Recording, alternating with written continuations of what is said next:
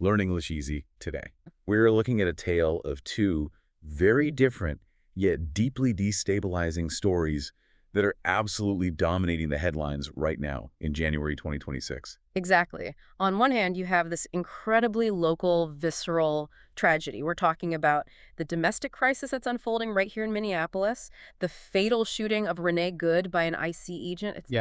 It's gritty, it's violent, and it's happening right now. And we have so much on this. I mean, we've got Reddit threads from people who are right there, 9/11 transcripts, Wikipedia pages being edited in real time, and this frame-by-frame video analysis that's just, it's all over the internet. It feels really heavy. It feels personal. It is personal, but then, in the very same breath, we're zooming way out. We're looking at the global stage. We're looking at these huge macroeconomic shifts that could honestly redefine the next century. You're talking about India and China. I'm talking about India and China dumping U.S. treasuries and buying gold at a rate we haven't seen in, well, in decades. So the big question is the U.S. dollar losing its crown?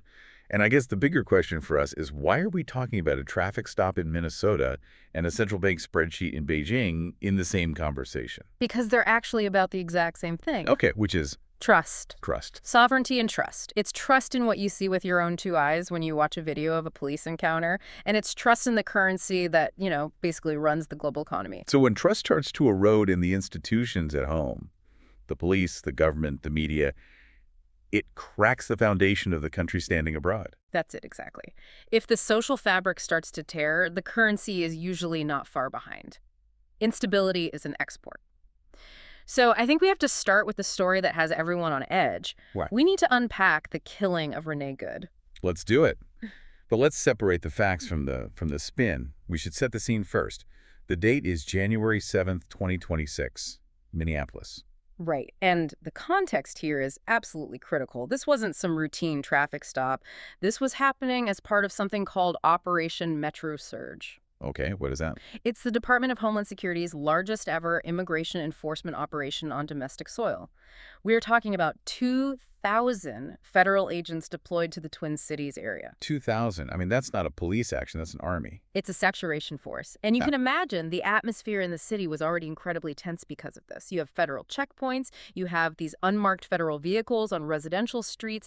It feels like an occupation. And right in the middle of all this, we have the victim, Nicole Good. Yeah. Let's talk about who she was, based on the source material we have. This is from family statements, local news reports. She was 37 years old. A poet, a writer, a mother of 3. Right. And she'd moved to Minneapolis from Kansas City. And there's this one detail.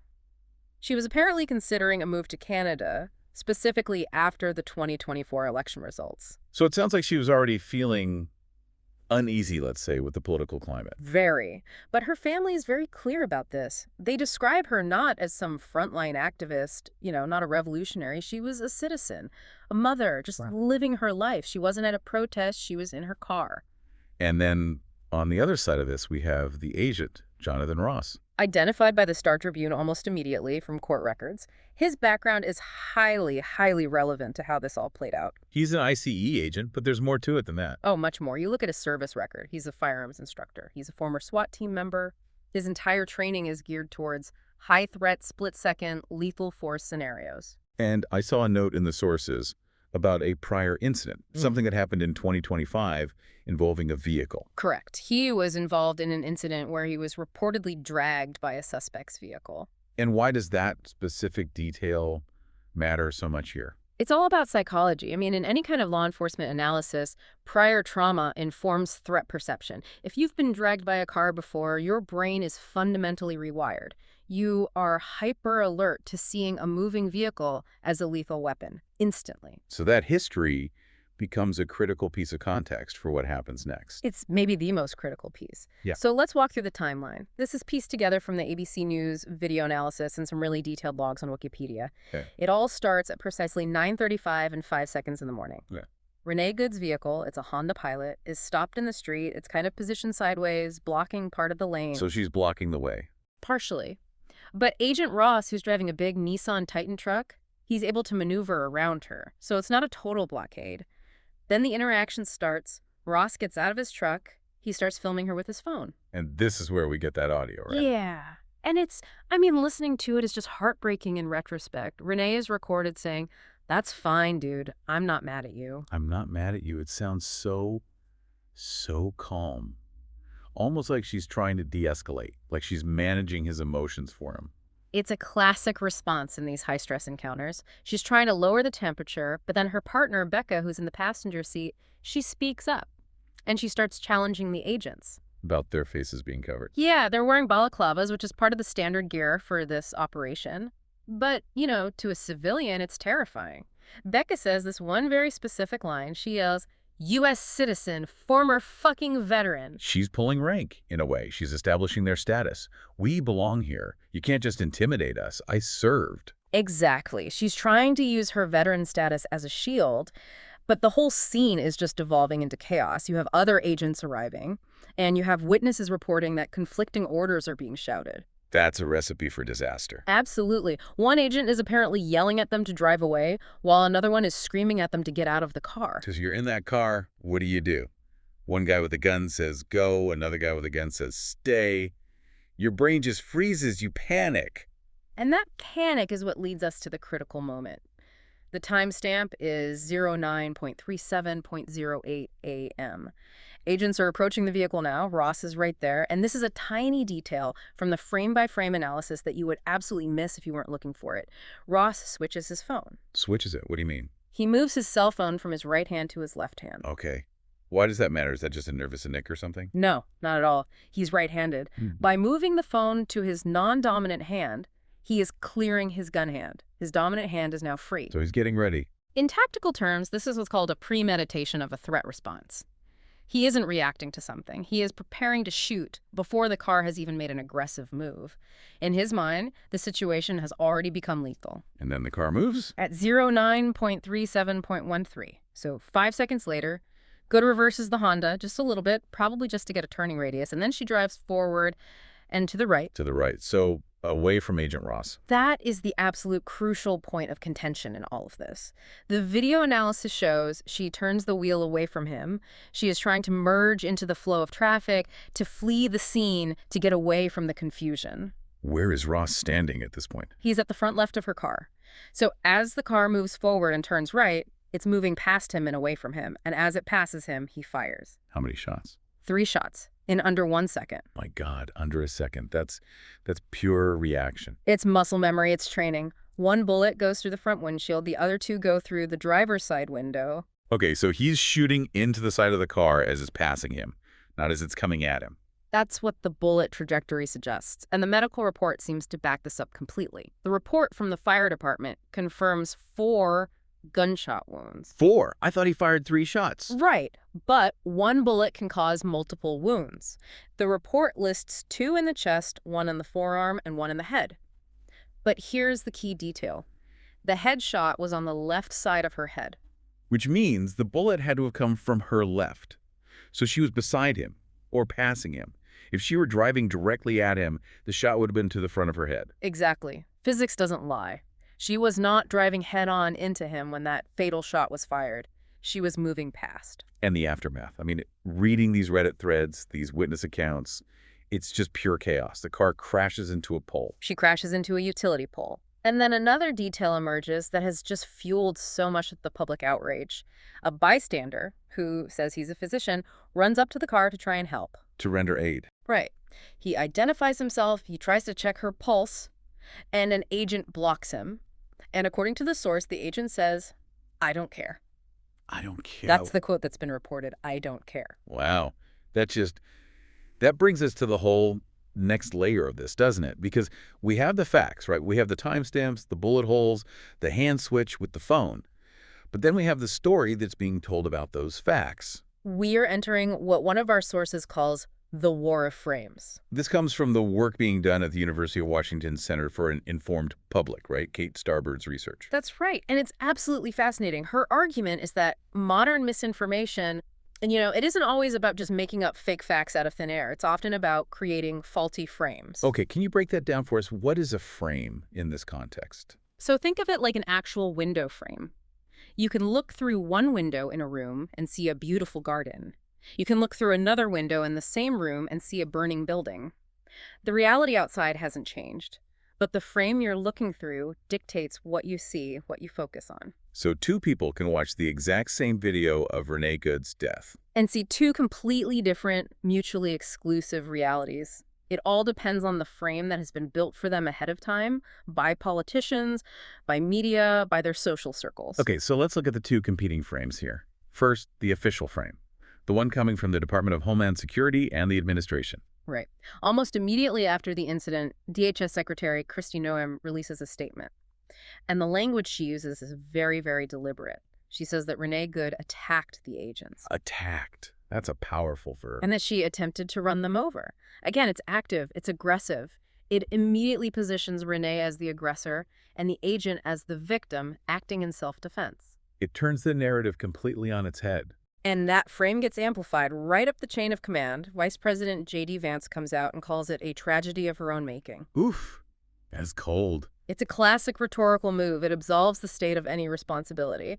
And then President Trump even weighs in with this really bizarre comment about hoping her father is still a fan of his. Which just politicizes it on a whole other level. It's not about the facts anymore. It's about which team you're on. And that framing is supported by these other little details that start to leak out. There's this audio from the scene where an agent, allegedly Ross, is heard muttering, "fucking bitch," right after he fires the shots. Which suggests anger, contempt, not fear for his life. And then later, there are reports from the protests of other agents telling the crowds, that's why that lesbian bitch is dead. So they're not just framing her as an attacker. They're framing her as a specific type of social enemy.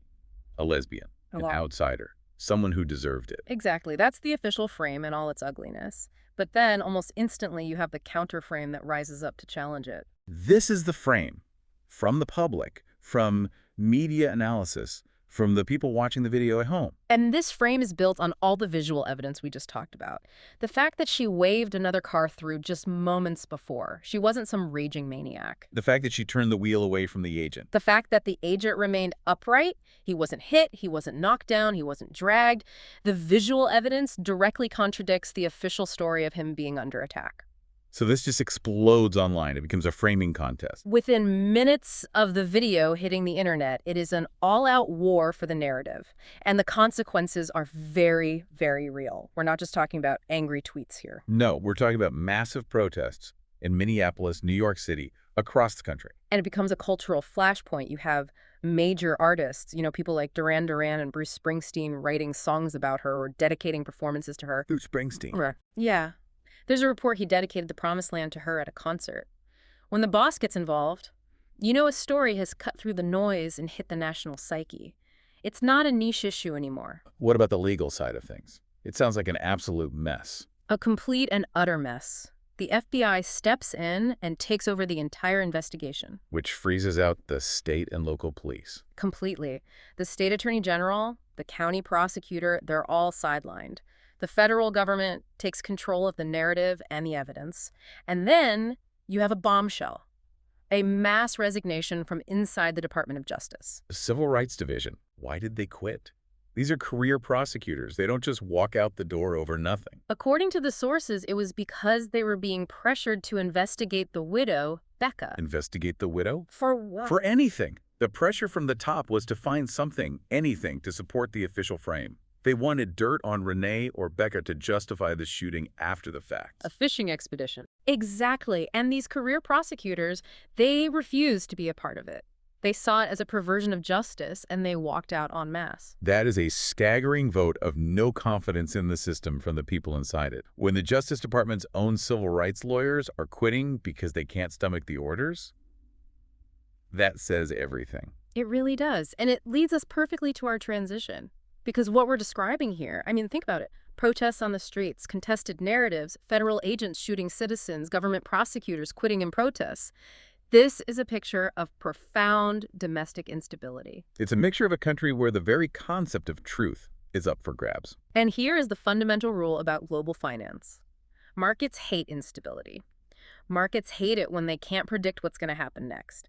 So, while Minneapolis is figuratively on fire, something equally dramatic is happening in the quiet, climate-controlled offices of the world's central banks. The question becomes, if you can't trust the stability of the U.S. social fabric. Can you really trust the U.S. debt? Okay, let's pivot. Let's zoom way out to the global economy. Because our sources, the Economic Times, the Capital Economy, they're all reporting on what they're calling a global gold rush. It's a huge story. And it's being led by the absolute heavyweights on the world stage. We're not talking about, individual investors on Reddit buying gold coins. We are talking about nation states, specifically India and China. And they are dumping U.S. treasuries. Mm. Now, dumping is a strong word. Central banks usually like to move quietly. Yeah. What do the numbers actually say? The numbers are not quiet. The numbers are screaming. India's holdings of U.S. treasuries, they've fallen below $200 billion. They've sold off over $50 billion worth in just the last year. That is a massive, massive liquidation. $50 billion. And what about China? China's holdings are now at the lowest level since 2008. They're down to around $682 billion. They've been consistently trimming their holdings for months and months. It's not a panic sell. It's a strategic, methodical exit. So where's all that capital going? They're not just cashing out and putting billions of dollars under a mattress somewhere. They're buying gold. India's official gold holdings have risen to over 880 metric tons.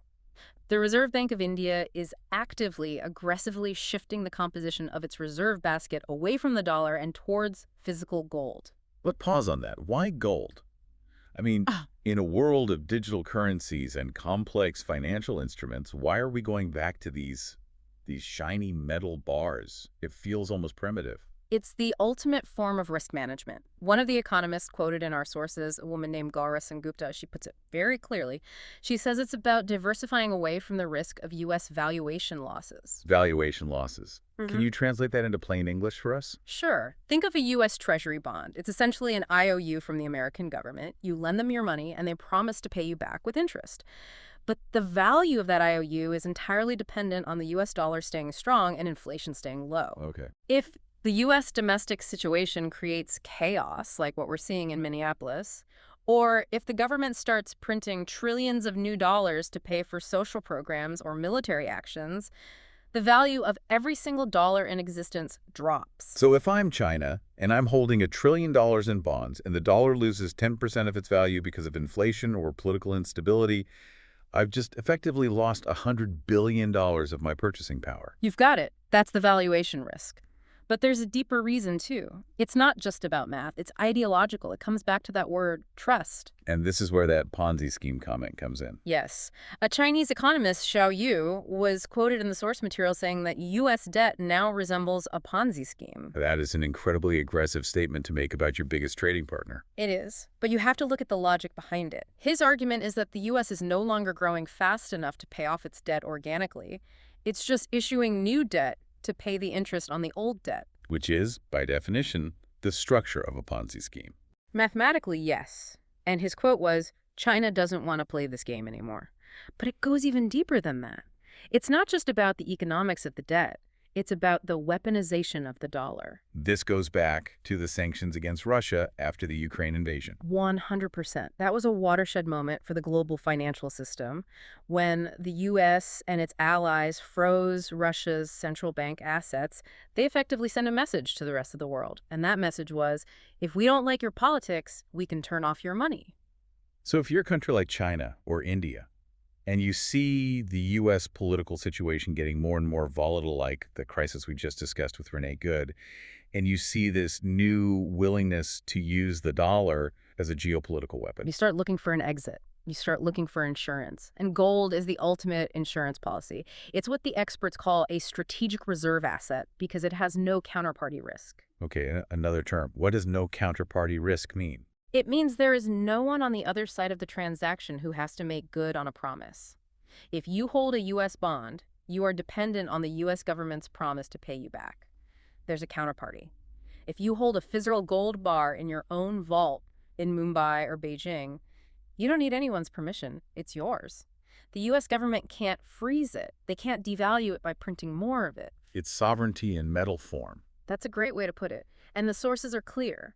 This is a structural shift. This isn't a short-term trade. This is nations fundamentally restructuring their finances to build resilience for a future they see as increasingly unpredictable and dangerous. But there's a huge practical problem here, isn't there? You can't easily buy a shipment of oil with gold bars. You can't pay for a container of iPhones with bullion. You need a system, a payment system. Which brings us to the plumbing of de-dollarization. Right. The plumbing is just as important as the asset itself.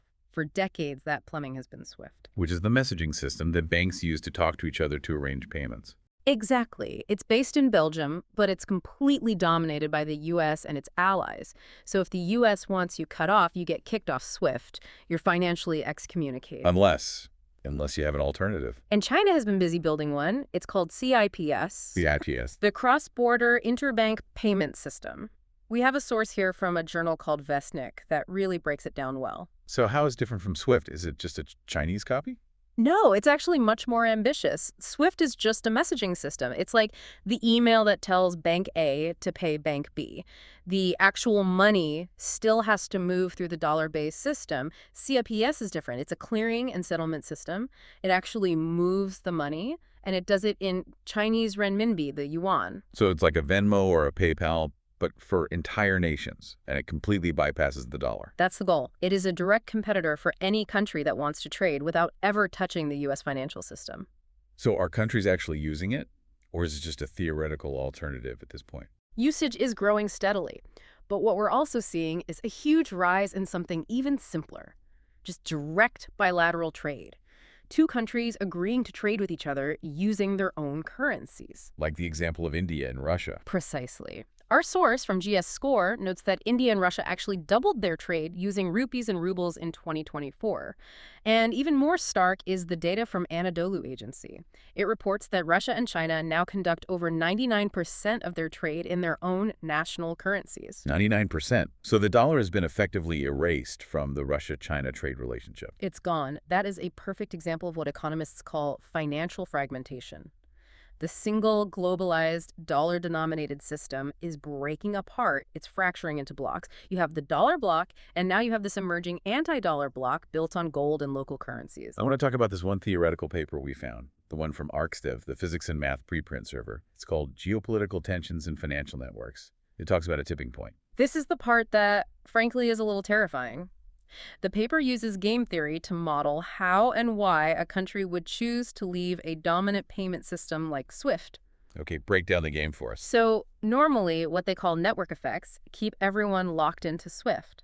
It's efficient because everyone else is already on it. It's like Facebook in the old days. You were on it because all your friends were on it, even if you didn't like the company. Right. The cost of leaving is too high because you lose all your connections. Exactly. But the model in this paper shows that if the sanction risk gets too high, if you become more and more afraid that the U.S. is going to freeze your assets, or if new technology like central bank digital currencies makes it cheaper and easier to switch, you can reach a threshold, a tipping point. And what happens when the system hits that tipping point?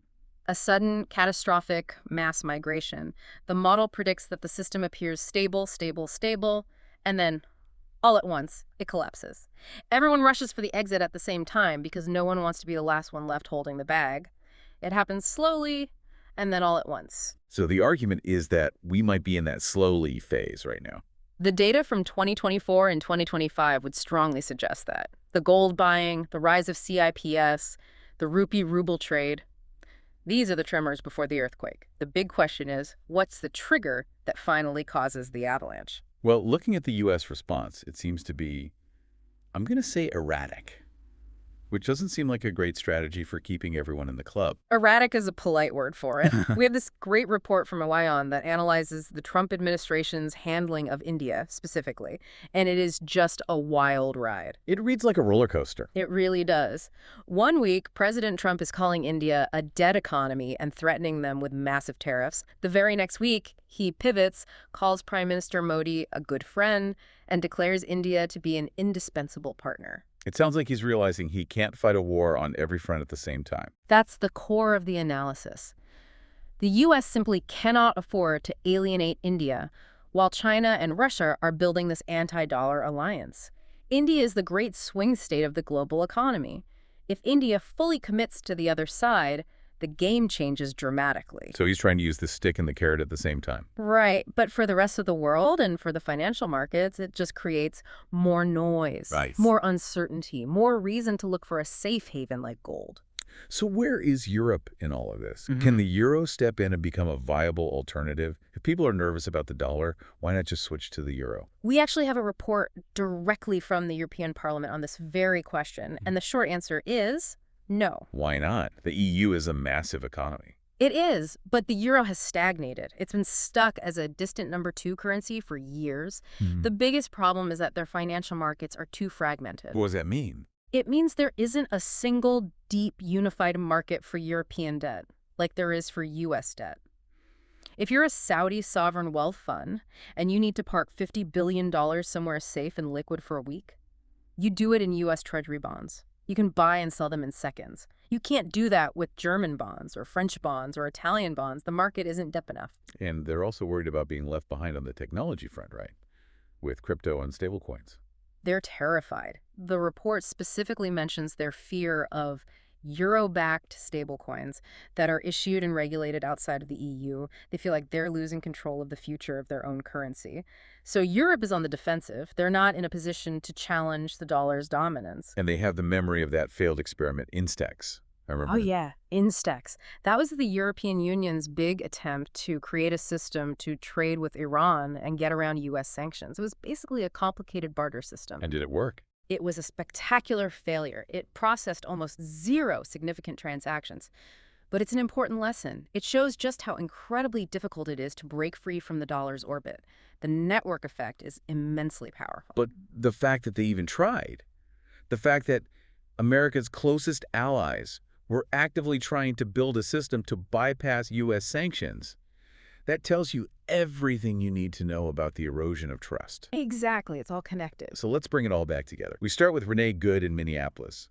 A single traffic stop that turns fatal, caught on video, and it splits the entire country into 2 different realities. And at the exact same moment, the global economy is splitting into different financial realities, different blocks, based on whether they trust the U.S. or not. It really does all come back to those 2 words, sovereignty and trust. At home, on the streets of Minneapolis, citizens are questioning the state's monopoly on force and its monopoly on the truth, the frame.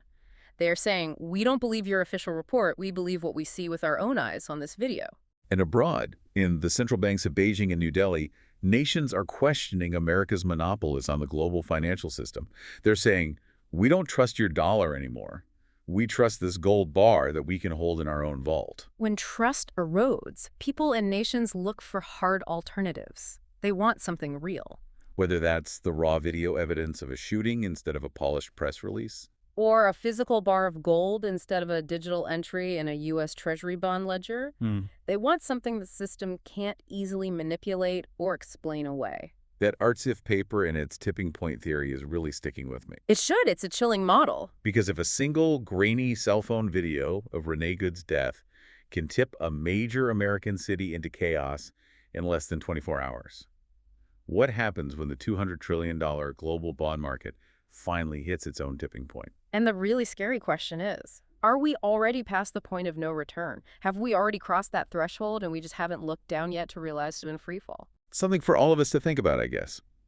Maybe we really do need to start learning the grammar of gold reserves. Or at the very least, maybe diversify our portfolios a little. Thanks for listening to this deep dive. Or I suppose I should say, learn English easy. Let's just hope the language of the future isn't simply the word panic. See